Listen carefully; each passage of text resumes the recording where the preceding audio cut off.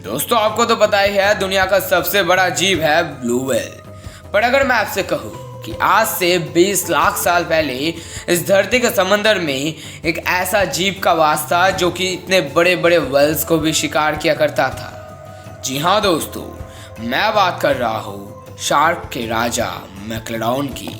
तो दोस्तों वीडियो शुरू करने से पहले एक ही रिक्वेस्ट है, हमारे चैनल पे नए हो तो चैनल को सब्सक्राइब करना ना भूलें। मैक्लोडॉन आज के मॉडर्न शार्क से करीब 3 से 4 गुना ज़्यादा बड़ा था। इस बात का अंदाज अब इसी से भी लगा सकते हो कि मैक्लोडॉन उस समय के टॉप प्रेडेटर्स का हिस्सा था। इसका वजन करीब 70 से 90 टन का होता था, जो कि करीब 10 हाथियों के बराबर है, और इसका लंबाई 17 से 18 मीटर के आसपास था, जो कि एक स्कूल बस से भी ज़्यादा बड़ा था। मैक्लोडॉन आज से 20 लाख साल पहले समंदर के गहराइयों में रहा करता था और दुनिया भर में आज भी इसका फॉसिल्स पाया जाता है। ज़्यादातर इसके दांत ही पाए जाते हैं और इसी दांतों की मदद से ही साइंटिस्ट ने मैक्लोडॉन के बारे में डीप स्टडी किया था, और मैक्लोडॉन के इस बड़े से दांत की वजह से ही इसे मेगाटूथ शार्क स्पीशीज में इंक्लूड किया गया था। और आगे चल के रिसर्चर्स ने ये भी पता लगाया था कि ये दुनिया में खोजी गई अब तक की सबसे लार्जेस्ट शार्क की फॉसिल है। जहां आज के शार्क्स का वजन करीब 20 से 30 टन होता है, वह मैक्लोडॉन का वजन 70 से 90 टन का होता था। मतलब अब अंदाज कर सकते हो कि मैक्लोडॉन आज के शार्क से कितना बड़ा हुआ करता था, और इसके इन बड़े और खतरनाक दांतों के सैंपल से आप समझ ही सकते हो कि मैक्लोडॉन उस समय का सबसे बड़ा शिकारी हुआ करता था। मैक्लोडॉन के दांतों की लंबाई 7 इंच तक होती है और वे अपने शिकार पर 180 मीट्रिक टन के आसपास के फोर्स से अटैक करता है। यह प्रेशर इतना ज़्यादा है कि एक बड़े से कार को भी चूर चूर कर सकता है।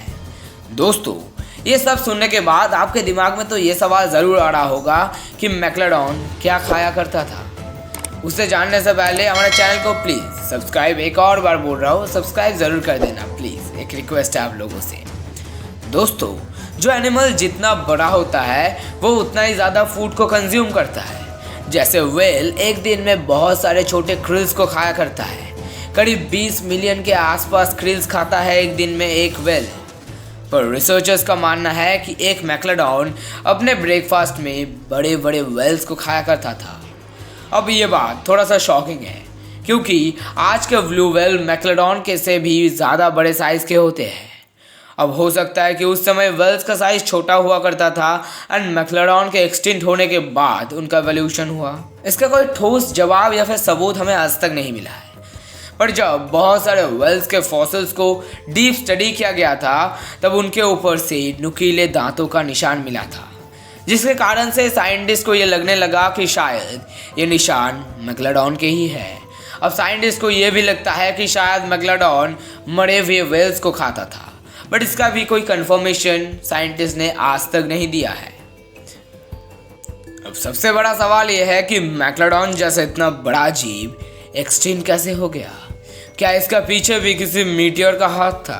तो जवाब है नहीं। मैक्लोडॉन के एक्सटिंक्ट होने का सबसे बड़ा रीज़न था क्लाइमेट चेंज।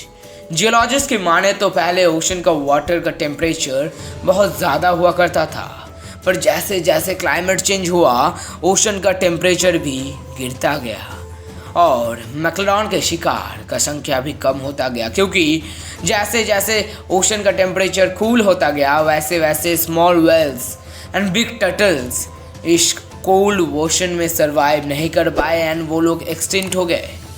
और शिकार की कमी के कारण मैक्लोडॉन भी धीरे धीरे इस धरती से ख़त्म हो गया। पर बहुत सारे लोगों का ये तक दावा है कि मैक्लोडॉन आज भी समंदर के गहराइयों में मौजूद है, स्पेशली मरियाना ट्रेंच के गहराइयों में। मरियाना ट्रेंच दुनिया का सबसे गहरा जगह है, the deepest point of the ocean. और दोस्तों अब हमारे चैनल में मरियाना ट्रेंच के ऊपर एक लंबी वीडियो देख सकते हो, जिसका लिंक वीडियो के डिस्क्रिप्शन में दिया हुआ है।